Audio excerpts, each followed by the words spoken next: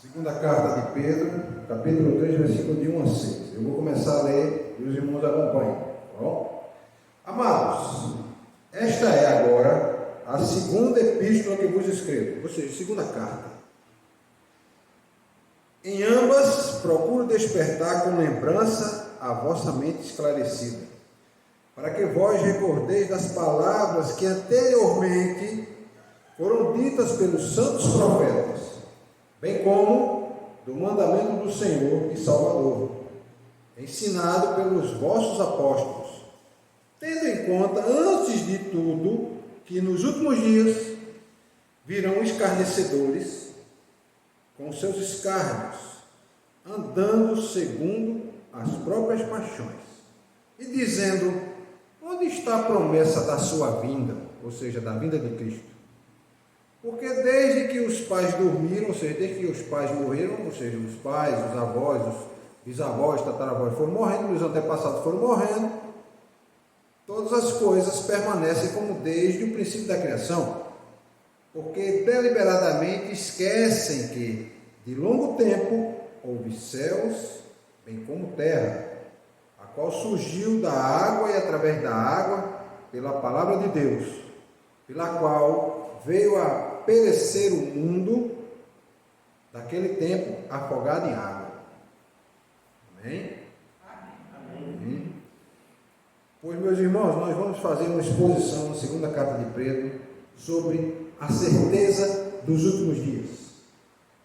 A certeza dos últimos dias. Então, os irmãos, fiquem com a Bíblia aberta para acompanhar versículo por versículo. Vamos orar para a gente poder começar a reflexão dessa manhã. Senhor, muito obrigado porque estamos aqui. Muito obrigado pela nossa noite de sono. Muito obrigado pelo nosso café da manhã. Muito obrigado pela nossa vida, porque a tua misericórdia ela se renovou, Senhor. Agora estamos com a segunda carta de Pedro aberta, Senhor, no capítulo 3.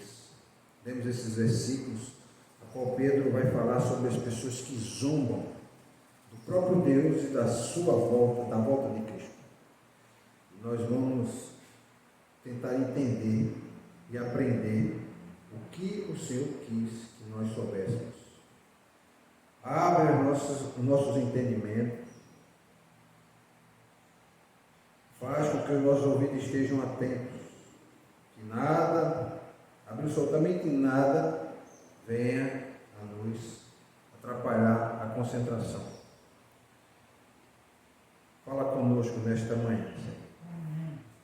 É o que eu te peço em nome de Jesus. Amém. Amém.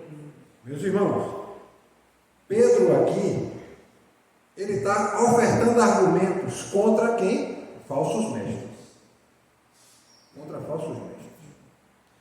Ele começa dizendo que, no versículo 3, tendo em conta, antes de tudo, que nos últimos dias virão escarnecedores.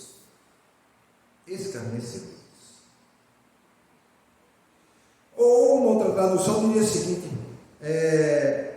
nos últimos dias vão aparecer homens dominados pelas suas próprias paixões, e eles vão zombar de vocês. Somente ler esse versículo a gente começa a parar para pensar, e nós temos que pegar a palavra de Deus e olhar o quê? Olhar o mundo. Ela é revelada para que a gente olhe ela e olhe o mundo e observe o mundo. E o interessante é que parece que é assim mesmo que está acontecendo.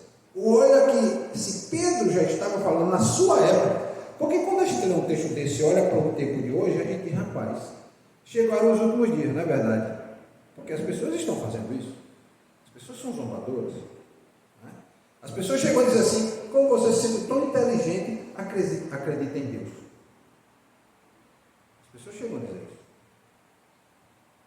Como você sendo um homem inteligente, uma mulher tão inteligente, acredita nesse Deus, acredita que esse Jesus, ele morreu, ressuscitou, ele ainda vai voltar? Você é muito bom em acreditar nisso.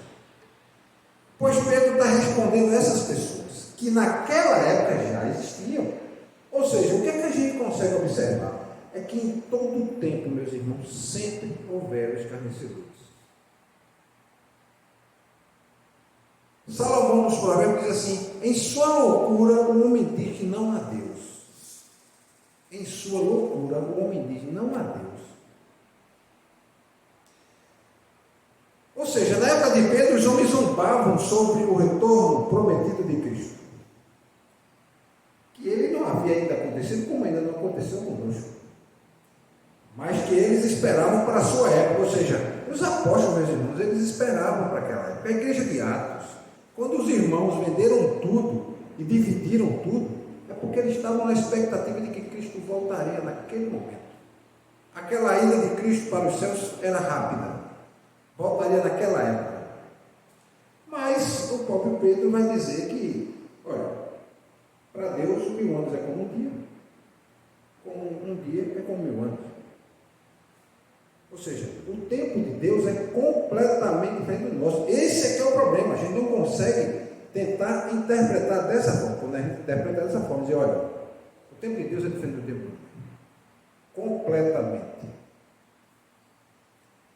Ou seja, os propósitos de Deus têm que ser completos. No pleno completude dos propósitos de Deus, ele volta.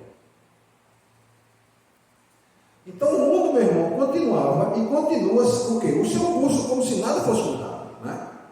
Todo dia o sol surge de manhã no mar, no nosso caso aqui, né? E quando é de tarde se põe no oeste. E o interessante é que, às vezes, esses dias a gente conversando, e o professor estava lecionando e disse: a gente tem a impressão que o sol é quem nasce, né? Mas na verdade o sol está lá parado, quem está girando é a terra. Então a impressão que nós temos do sol estar nascendo e se pondo, na verdade é porque a terra está girando, né? E ela é que faz esse espetáculo de dar a entender que o sol nasce e depois se põe. Mas na verdade é a terra que está fazendo o sol nascer, né? Ou seja, fazendo ele aparecer porque está girando, e depois fazendo ele se esconder, porque nesse seu giro começa a vir a noite. Mas esse entre o nascer e o pôr do sol, há milênios que ele se processa dessa forma. Ou seja, o próprio Jesus advertiu sobre falsos profetas, e advertiu dizendo: eles vão vir e vão conduzir muitos para longe da verdade. Porque por mais que as pessoas possam dizer aí fora que a verdade é relativa, que a verdade é a minha verdade, que não é a verdade, que a verdade é a sua, que a verdade é a minha, eu aceito a verdade que eu quiser, algumas verdades elas vão permanecer independente dessas pessoas dizerem isso. Eu às vezes brinco, né? Eu digo: olha, essas pessoas que dizem que a verdade é relativa, elas podiam fazer o seguinte: a partir de hoje, 2 mais 2 não são 4. Elas devem fazer o seguinte: elas devem construir um prédio, sem respeitar essa regra, dizer que 2 mais 2 são 3. E elas respeitem essa regra, peçam para o engenheiro fazer um prédio respeitando essa regra, que 2 mais 2 são 3, porque a verdade dela é essa. E ela molha de baixo para ver o que vai acontecer. O prédio vai cair na cabeça dela, porque tem verdades que, se não forem respeitadas, elas vão trazer consequências danosa para a gente. Então, no cálculo estrutural, tem que se levar em consideração na matemática um cálculo simples desse: 2 mais 2 são igual a 4. Mas Pedro começa a rebater, meus irmãos, a ideia de que, uma vez que Jesus ainda não havia voltado, eles diziam: ele vai voltar mais não. Ele não vai mais voltar. Então Pedro está buscando rebater essa ideia. Porque dizem, no versículo 4, olhem aí: onde está a promessa da sua vinda? Onde está a promessa da sua vinda? Então muitos zombavam dizendo isso. Os cristãos, meus irmãos, não estão indefesos contra esses falsos profetas. Muitas vezes a gente tem a impressão de que os cristãos estão indefesos. Eles são como que ovelhas sem pastor. Podem ser atacados por lobos e estarem de maneira frágil e vulnerável. Tem até uma charge que eu recebi essa semana, né? No meu WhatsApp, foi engraçado. Era o seguinte: eram várias ovelhas e um pastor alertando as ovelhas sobre o lobo. E vinha uma ovelha e o lobo estava atrás, né? chutava, dizia, você não sabe de nada, sai daqui, chutava o pastor. E eu disse assim, sério, mais ou menos assim está acontecendo em muitas igrejas. As pessoas não dão ouvido ao que os seus pastores estão dizendo, quando os seus pastores estão com base bíblica, falando com fundamentação bíblica para a igreja. E muitas vezes estão dando ouvido a outros. Mas é exatamente o que Paulo está falando, que Pedro está falando, que Jesus chamou a atenção, que é descrito mais duas coisas, meus irmãos. Ele diz, olha, primeiro que é lembrado que a própria existência desses falsos profetas é o cumprimento de uma profecia. Porque o que Paulo está falando aqui, Pedro está falando aqui, é uma profecia. Ele diz assim, tendo em conta de tudo que nos últimos dias, ou seja, ele está falando para os últimos dias, que pode ser o nosso, que pode não ser, mas nos últimos dias virão escarnecedores com seus próprios escárnios, andando segundo as suas paixões. Ou seja, vocês precisam saber que nos últimos dias vão aparecer homens dominados pelas suas próprias paixões, pelos seus próprios pensamentos, pelas suas próprias filosofias, pelas suas próprias ideias, né? Pela sua própria sabedoria, e vão zombar de vocês. E isso acontece todo dia. E acontece sempre na vida dos cristãos. Sejam eles pessoas mais humildes, sejam eles pessoas mais cultas. Por quê? Porque é descrito, meus irmãos, que duas verdades a gente vai tirar desse texto. Primeiro, que essas pessoas são escarnecedoras. O ser humano, ele é por natureza escarnecedor. A queda do homem diante de Deus, ela provocou esse desvio na alma do homem. Ele escarnece do próprio Criador. Muitos dizem até, não há Criador, não há criação. Sempre foi assim, nós somos frutos do acaso. Para muitos é mais fácil acreditar nisso, mesmo com tantas evidências da demonstração de que há uma inteligência por trás da criação. Interessante que o acaso, ele nos deu a possibilidade de criar, nos deu a possibilidade de sermos criativos, nos deu a possibilidade de fazermos coisas que no acaso poderia acontecer ou não, porque é por acaso. Já essas pessoas pensam que é muito mais fácil pensar no acaso do que pensar numa inteligência que está por trás, governando tudo, e que está tão além da nossa capacidade de entendimento, que é preferível dizer, olha, já que eu não consigo conhecê-lo, eu prefiro dizer que ele não existe. E quantas coisas que a gente não conhece nesse universo em que estamos inseridos, e que por não conhecermos a gente pode dizer que não existe. Não é porque não conhecemos que nós podemos abrir a nossa boca e dizer, não existe. Nós temos que investigar e buscar. Mas o próprio Deus, sabendo da dificuldade do homem de poder compreender isso, ele revela-se ao homem através de sua palavra. Ele usa homens e mulheres para se revelar. Então a gente vê que ele fala aqui, primeiro, que haverão escarnecedores, que vão zombar da própria volta de Cristo. E que esses homens, eles seguem os seus próprios desejos malignos. Então Pedro, aqui no capítulo anterior, no versículo 2, ele mostra que eles se envolvem abertamente com a imoralidade. E eles, além do mais de se envolverem com a imoralidade, eles encorajam os cristãos que se envolvam também. Então a gente está diante de um texto, meu irmão, que contém ilustrações muito vivas de um Deus que governa, que governou e que continuará governando segundo o seu propósito, até que a história se conclua. E o interessante é que nós sabemos o final da história, né? Nós sabemos o final da história. Apocalipse relata tudo como vai ser o final. A gente assiste um filme que a gente sabe o final. E muitas vezes a gente não para pensar nisso. E a gente às vezes fica preocupado, ficar intranquilo com a situação, mas sabendo que Deus, dentro dos seus propósitos, tudo vai acontecendo conforme Ele planejou.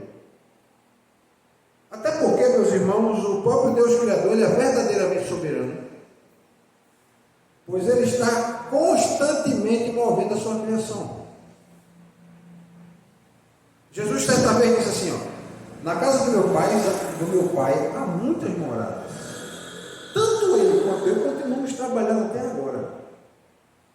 Ou seja, dando a entender que Deus continua agindo. Deus não está alheio. Alguns teólogos e até pastores defendem que, olha, cansaram-se tanto de esperar que eles dizem, olha, acho que Jesus não volta mais. Foi tão bom tudo que eu conheci a respeito dele. Ele foi um mestre. E Deus, ainda para completar, fez o seguinte: fez a criação e deixou. Não quis mais se envolver. Já outros argumentam não. Deus é um Deus que intervém na sua criação, que Ele está agindo na criação. A gente tem estudado sobre a oração, e a gente vai pregar sobre a oração hoje à noite, e a gente tem visto que a oração é um poderoso instrumento de transformação, tanto do homem, como do mover de Deus na humanidade. Então Deus, além de incluir mover a sua criação, Ele também inclui nós nesse processo. Ou seja, nós estamos sendo direcionados para a conclusão de um processo, meus irmãos, que Deus determinou desde o início. E alguns gostam de dizer assim, principalmente os reformados, desde a eternidade. Desde a eternidade passada. Que muitas vezes eu costumo dizer, onde nem o tempo existia. Então todas as coisas, meu irmão, continuam como estavam. Tanto para nós, como para os outros. Mas os outros dizem assim, olha, tudo continuou como sempre. Então não acredite que Deus está agindo nessa história, na nossa história. Mas o que a gente vai ver do texto, que Pedro está querendo chamar a atenção, que Deus continua trabalhando. E está fazendo seus ajustes no curso dos eventos. Quer sejam eles internacionais, nacionais, sejam eles locais, meus irmãos, sejam eles até pessoais. Quantas vezes a gente não vê o mover de Deus na vida de cada um de nós? Eu já vi várias vezes. E eu sempre digo, no reino de Deus não há coincidências. No reino de Deus sempre há uma cristocidência. A gente vê o agir de Deus o tempo todo. Coisas que acontecem que você diz, olha, como pode isso acontecer? É muita coincidência para alguém que orou pela manhã e meio-dia vem a resposta. Ora pela manhã e no outro mês vem a resposta. Ora durante anos e depois de 10 anos, 15 anos vem a resposta. É exatamente aquilo que você pedia que acontecesse. Pode até demorar, e a gente vai estudar sobre isso nos sermões noturnos, sobre oração, e eu não quero me atentar nisso, mas o que eu estou querendo chamar a atenção, meus irmãos, que Deus sempre mostrou através da sua palavra que Ele está agindo. Ele agiu com Noé, Ele agiu com os hebreus do Egito, Ele agiu no cativeiro babilônico. A gente está estudando o livro de Reis, Ele agiu no livro de Reis, o tempo todo a gente vê agindo. A gente viu que quando o povo se afastava, é como se Deus cruzasse as mãos, os braços e dissesse, tudo bem, vocês querem viver como vocês querem, então vivam. Começava a dar tudo errado. Quando as pessoas se voltavam para Deus, começava Deus a abençoar esse povo. Está estudando lá, a gente vê que Deus, Ele muitas vezes não aparece como personagem principal, mas Ele é o personagem principal e Ele está por trás, como quem dirigindo. Então, meus irmãos, a mente purificada dos cristãos, ela deve ser estimulada.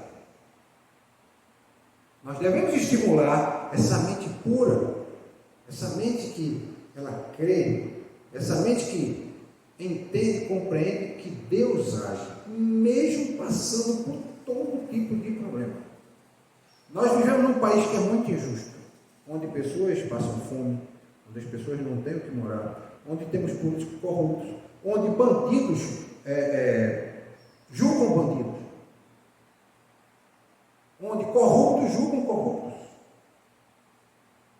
A gente vive num país que muitas vezes a população tem dificuldade de assistência médica, tem dificuldade de encontrar um emprego, ou seja, ela tem dificuldade pelo mínimo existencial, para a sua própria subsistência.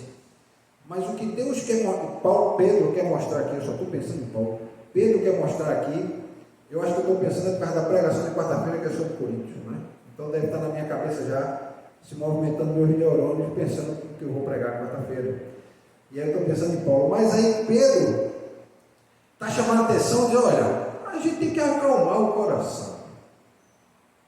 A gente deve estar ciente de que cada vez que um blasfemador abre a boca para negar a verdade da revelação de Deus, ele na verdade está nos ajudando a confirmar essa nossa convicção.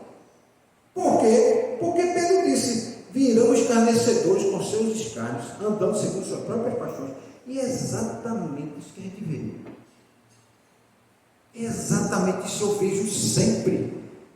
E eu fico impressionado, rapaz, como é que Pedro, um homem tão simples, tão rude, com tão pouca escolaridade, ia conseguir ter essa visão da história.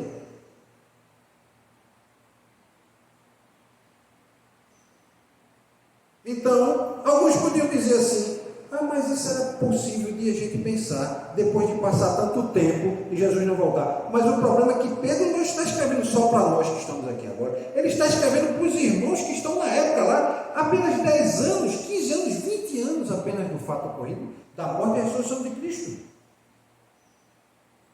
E ele já tinha essa visão para aquele momento. Nos últimos dias verão escarnecedores, e o processo de escarnecimento está aumentando, né? Ele está aumentando. Mas o Espírito Santo, meus irmãos, nos diz por meio da pena de Pedro, ou seja, pela mão de Pedro, pela escrita de Pedro, que seria assim. E agora a gente vê quão verdadeiro é o que ele escreve, não é, irmão Juvenal? Quão verdadeiro foi o que Pedro falou. Pedro disse assim, Juvenal, nos últimos dias virão escarnecedores com seus próprios escárnios, andando segundo as próprias paixões.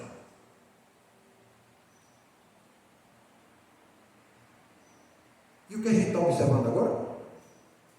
Pessoas andando segundo suas próprias paixões. Temos projetos, por exemplo, no Congresso, querendo legalizar o incesto. Filho pode casar com o pai, filha casar com o pai, um irmão casar com o irmão, uma mãe casar com o filho, se possível, fazer um triângulo amoroso, aí botar a mãe, o pai e o filho, ou a mãe, o pai e uma filha. Já imaginaram isso? Pois são pessoas que andam segundo as próprias paixões. Pois com o advento, meus irmãos, de Jesus, o último capítulo da história foi aberto. Isso aí vocês podem ter certeza. Quando Jesus disse, está tudo consumado. O último capítulo do livro que estava sendo escrito por Deus foi aberto. Embora, meus irmãos, ele ainda não tenha sido concluído, mas ele está já nos últimos dias na iminência de se encerrar. E tem pastores, pregadores, que já estão começando a achar que esses dias são os últimos dias, que a iminência de Cristo está perto de voltar. Até judeus que não acreditam que Jesus é o Messias, já estão começando a achar que está na iminência do Messias voltar. Mas eu não gosto muito de me prender nisso, porque dá muito a entender mais com que você está pregando, não a palavra, mas o medo da situação que pode vir a acontecer. Mas, meus irmãos,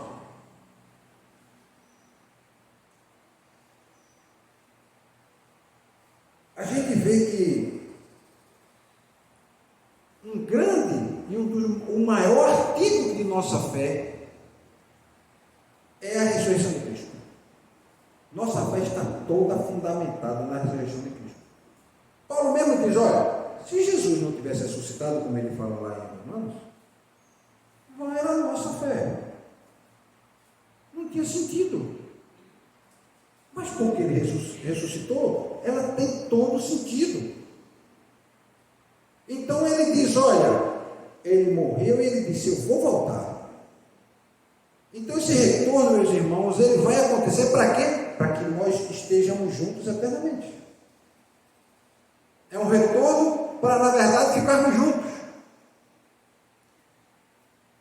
Mas como os escarnecedores não veem mudança, não temem a Deus, eles fazem o quê? Vão atacar a igreja. E a igreja que eu falo não é igreja, instituição como prédio, como nome Igreja Batista. Não, igreja somos nós. Ele vai atacar nós. Nós vamos ser atacados até a volta de Cristo. E lembrar, meus irmãos, que, como Pedro diz aqui, andando segundo as suas próprias paixões, no versículo 3, Pedro quer nos lembrar que os escarnecedores, eles não têm apenas um problema intelectual com Deus e sua palavra. Eles também têm um problema moral. Pois eles rejeitam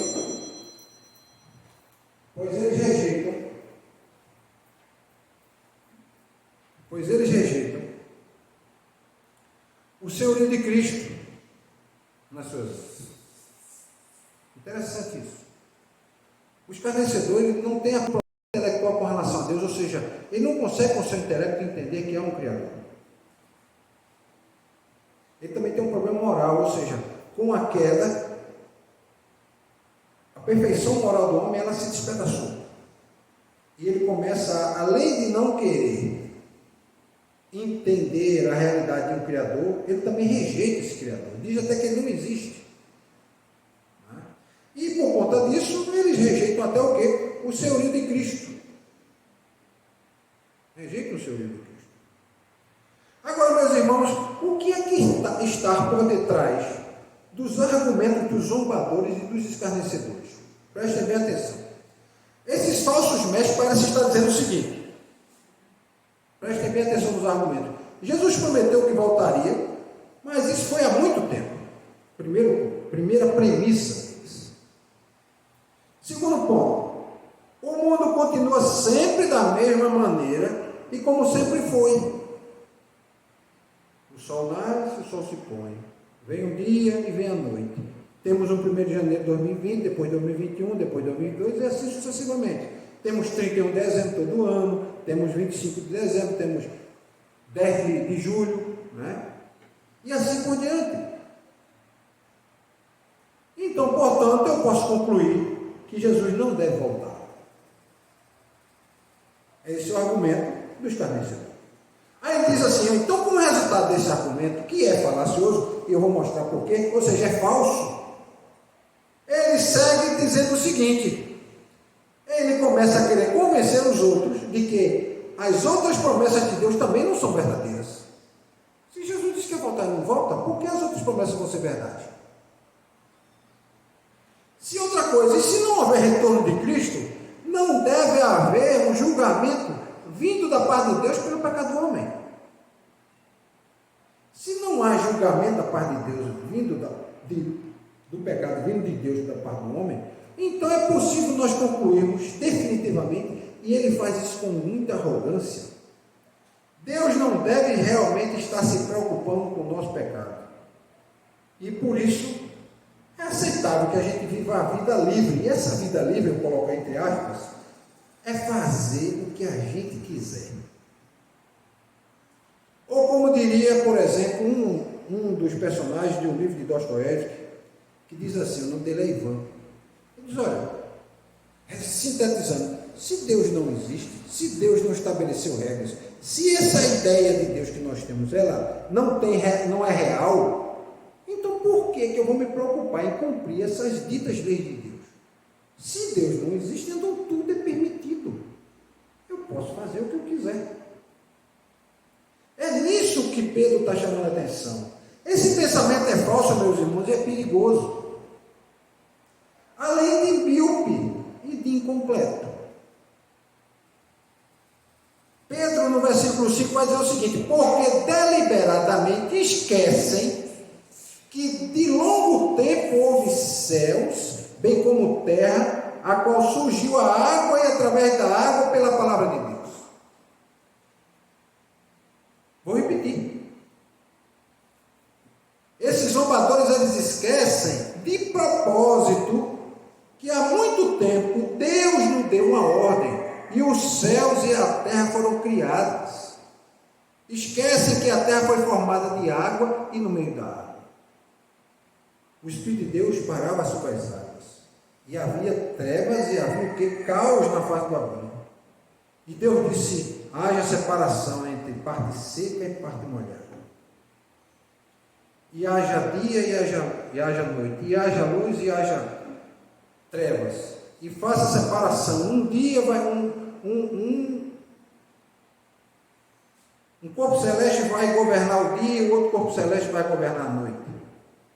Que se cresçam as plantas, que se criem peixes no mar, que habitem animais marinhos de todo tipo e de toda espécie, e que da terra eu pegue e tire o homem e faça o homem.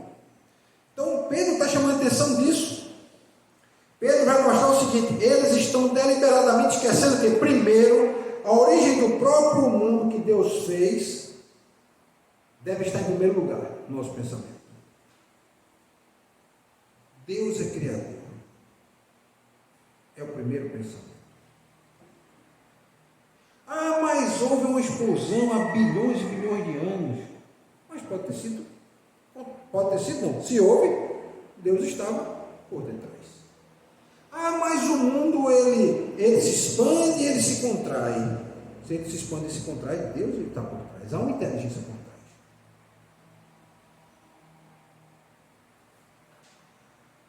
Ele projetou todas as leis e processos pelos quais o mundo continua a funcionar. Os irmãos já pararam para pensar, nós vivemos num planeta que gira a seguinte velocidade, a 27 mil quilômetros por hora. 27 mil quilômetros. 27 mil quilômetros, para os irmãos terem uma ideia, é como ir daqui, em São Paulo, 9 vezes. Numa hora. Estamos girando essa velocidade. E nenhum de nós sai voando por aí. A gente nem percebe essa velocidade.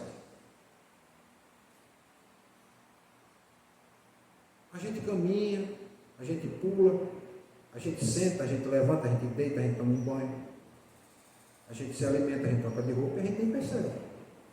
Passamos a vida sem perceber que giramos no universo nessa velocidade. Se alguém estivesse do lado de fora, olharia e estaríamos nos movendo numa velocidade extraordinária. O avião mais rápido que já produziram até agora consegue viajar a velocidade de 2.500 km por hora. Ou seja, a Terra se gira a 10 vezes essa velocidade.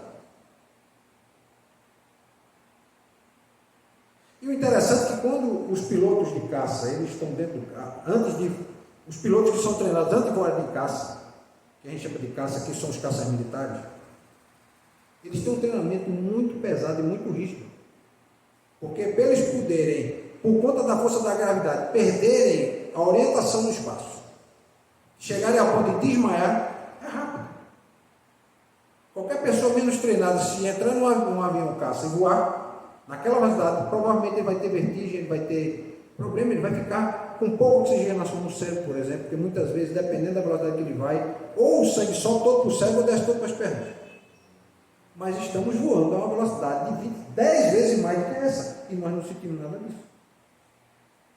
Aí temos uma lei que todo mundo conhece, ninguém fica preocupado com ela, em certo ponto tem que nos preocupar, porque se a gente for de encontro a essa lei, a gente pode se prejudicar, que é a lei da gravidade, ou seja, ela faz com que a gente permaneça em pé e a gente não saia voando pelo espaço. Então Pedro está dizendo, olha, ele projetou todas essas leis, eu só dei exemplo de uma. Temos várias outras para que o mundo continue a funcionar. Ou seja, além da Terra girar no seu próprio eixo, ela gira em seu próprio eixo e ainda gira em torno do Sol. e ela mantém-se a uma distância equilibrada, de tal sorte que possa haver vida. Se houvesse, a Terra resolver se aproximar mais um pouco do Sol, a gente morreria queimado. Se ela se distanciasse um pouquinho, a gente morreria de frio. Agora vejam só, se Ele é Criador, se Ele é quem fez tudo, se essa inteligência, eu não estou querendo dar o nome de Deus, eu estou querendo colocar essa inteligência que está por trás, porque é assim que muitos deles entendem. Se o Eterno está por trás, Ele pode interromper ou substituir esse processo a hora que Ele quiser. Aí alguns podem dizer, mas como? Imaginem o seguinte, eu estou numa olaria, eu pego um bolo de barro, coloco em cima daquela máquina, começo a girar a máquina, molho as mãos e eu começo a moldar o barro, não é assim? Os irmãos já viram fazendo? Né? E vai moldando, e vai moldando, e vai molhando, e vai alisando. O indivíduo olha assim, não gostei, o que é que ele faz? Ele dá 2 tapas em cima para fazer ela voltar à forma que era, aí começa tudo de novo. Por que ele faz isso? Porque ele tem o poder de criar e destruir o que ele criou. O barro, o vaso quando está sendo feito, você não olha assim, foi por acaso. Ninguém acredita que toda a parafernália que nós temos aqui ao nosso redor foi por acaso. Ninguém acredita que um celular foi feito por acaso. Ninguém acredita que as cadeiras que nós sentamos foi feito por acaso. Sempre imaginamos o quê? Que há uma inteligência por trás. Nós não imaginamos que um livro como esse foi feito por acaso. Há uma inteligência por trás. A nossa roupa teve uma inteligência, teve alguém por trás que criou. Então, da mesma forma que o oleiro está na olaria, fazendo um vaso de barro, e ele com suas mãos começa a dar molde, da mesma forma Deus fez os céus surgirem pela sua palavra criadora. E a diferença de Deus em relação ao homem é que ele cria pela palavra. O homem tem que colocar e usar as suas mãos para criar e a sua mente. Mas Deus pela sua palavra. Pela palavra não pode dizer, apareça um celular e não vai aparecer. Eu coloco a minha mente para pensar, várias mentes pensando, cada um pensa uma coisa e vamos milhares e milhares e milhares de pessoas pensando até que se desenvolve uma máquina como essa, que todos nós carregamos no bolso. Ou seja, Deus pela sua força criadora, pela sua palavra, Ele mostra que a sua palavra é poderosa e Ele fará o que quiser com a sua criação. E por conta disso, meus irmãos, Pedro diz, olha, o julgamento está chegando. É por isso que quando Pedro diz aqui, deliberadamente esquecem que ao longo do tempo houve céus e houve terra e surgiu águas através da água pela palavra de Deus. É disso que Pedro está falando. É tolice, meus irmãos, achar que o mundo físico, por conta da sua coerência, né, no seu funcionamento, coerência química, coerência física, coerência biológica, por conta de a gente ver uma certa estabilidade, isso não seria consequência da ação de Deus. Mas Pedro está dizendo, olha, não é bem assim. Quem cria tem o poder de destruir para recriar. Quem cria tem o poder de destruir para recriar. Noé é um bom exemplo, né?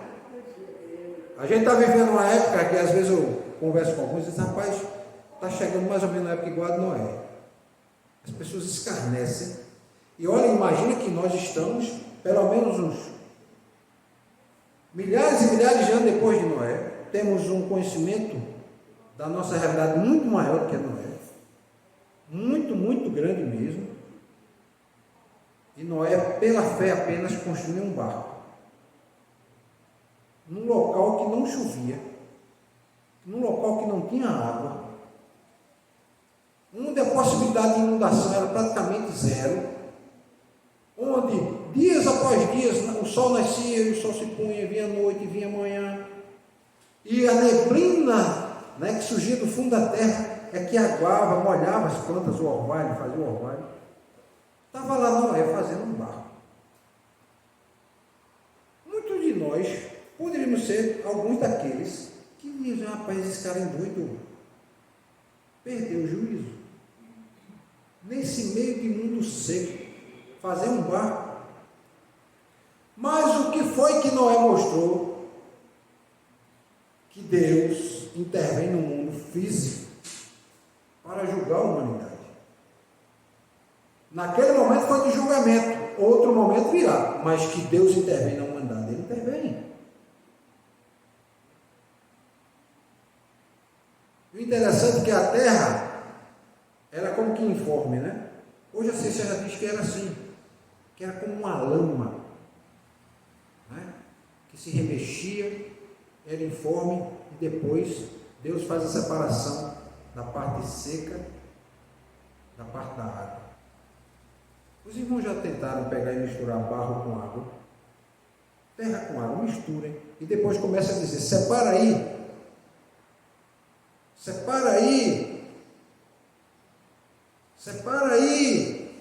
que a terra agora saia, que a água vai para um canto e a terra vai para outro. Já tentaram fazer? Não consegue. E a Bíblia diz que Deus fez isso pela sua própria palavra. A ciência já diz que a terra era informe, e realmente era vazia, porque não havia habitação, não havia vida. E de repente, por acaso, segundo muitos, né? Para nós, uma inteligência está por trás, e tão além da nossa inteligência, que pela sua própria palavra apenas, separe-se. A parte seca para um lado, e a água para o outro. O interessante é que Deus, na sua imensa sabedoria, Ele junta dois gases, duas moléculas de dois gases, que é o hidrogênio e o oxigênio, para fazer um líquido, que é água. Nós bebemos um líquido, que a gente faz, que os elementos químicos são hidrogênio e oxigênio, e ele são duas moléculas de hidrogênio e uma de oxigênio, né? H2O, né? Eram dois gases. E juntamos dois gases para fazer um líquido. E esse líquido nós bebemos, e desse líquido nós somos feitos, pelo menos 70% do nosso corpo está lá permeado de água. Ele é importante para a nossa vida? É. Mas se a gente resolver mergulhar num tonel de água e resolver ficar 5 minutos debaixo dele, a gente perde a vida. Aquele mesmo líquido que faz com que a gente tenha vida, ele também pode nos matar. Ou seja, a terra é formada por água, meus irmãos, mas o próprio Deus usou água para destruir quase toda a vida que Ele criou. Qual é a lição que a gente vai tirar desse texto de Pedro? Primeiro, que a gente não pode perder de vista o que Jesus disse em João 14. Ouvistes o que eu disse, escutem o que eu vou dizer. Eu vou para o meu Pai, mas eu retorno para vós, e não vos deixarei órfãos. Essa palavra, meus irmãos, é a base do que Pedro está respondendo aqui. Muitos dos escarnecedores, na sua forma de pensar, negam a existência do próprio Deus. Eles chegam ao ponto de dizer que aqueles que criam em Deus são ignorantes. Chegam ao ponto de dizer que eles são pessoas incultas. Mas não vê ele que a nossa base de nossa fé é o que faz nos mover, compreender e entender que há uma inteligência, que há um poder, que há uma força que a ação do Eterno na história do homem sempre foi assim e sempre vai ser. E ele que mesmo que criou, ele pode destruir. Ele que construiu, ele tem o poder de recriar. Ele que cria, ele pode recriar. Se ele resolver destruir, é decisão dele. Eu sempre digo, interessante, as pessoas não creem que há a possibilidade disso acontecer. Mas cada um de nós temos em nossas casas nossos pertences. E chega uma hora que aquele pertence perde a utilidade. A lógica faz o quê? Você jogar fora. Você se descartar daquilo. Por que não ficamos com aquilo conosco? Se aquilo era tão importante. Só porque ele perdeu aquela utilidade para aquilo que nós nos propomos, mas ele pode ter outra utilidade para outra coisa. Mas o que é que a gente faz? A gente se descarta e joga fora. Mas quando se relaciona a Deus, não. Primeiro, que ele não existe na ótica dessas pessoas. E segundo, que eles zombam porque eles vivem dominados pelas suas próprias paixões, dominados na própria ignorância e no próprio limite que a inteligência pode e tem. Não que a gente vai viver uma fé cega, meus irmãos, não é isso que eu estou falando. Eu estou falando que o cristão, o homem que tem fé, ele também pensa, ele também questiona, ele também põe em dúvida os seus pensamentos e aquilo que ele entende por fé. É nisso que eu falo. Do mesmo jeito que pessoas céticas, ou como Pedro chama aqui de zombadores, embora há muitos céticos que respeitam a religião do outro, mas eu falo aqueles que escarnecem. Os que creem também têm inteligência. Tanto aos que não creem, há pessoas muito inteligentes, quanto também no meio dos que creem, entre aqueles que creem. Que Deus, meus irmãos, Ele abre os nossos olhos para a gente poder ver isso, compreender e saber, ter discernimento para poder dialogar com pessoas que pensam assim. E que o que essas pessoas dizem não venham abalar e nem machucar a fé que nós temos. Amém?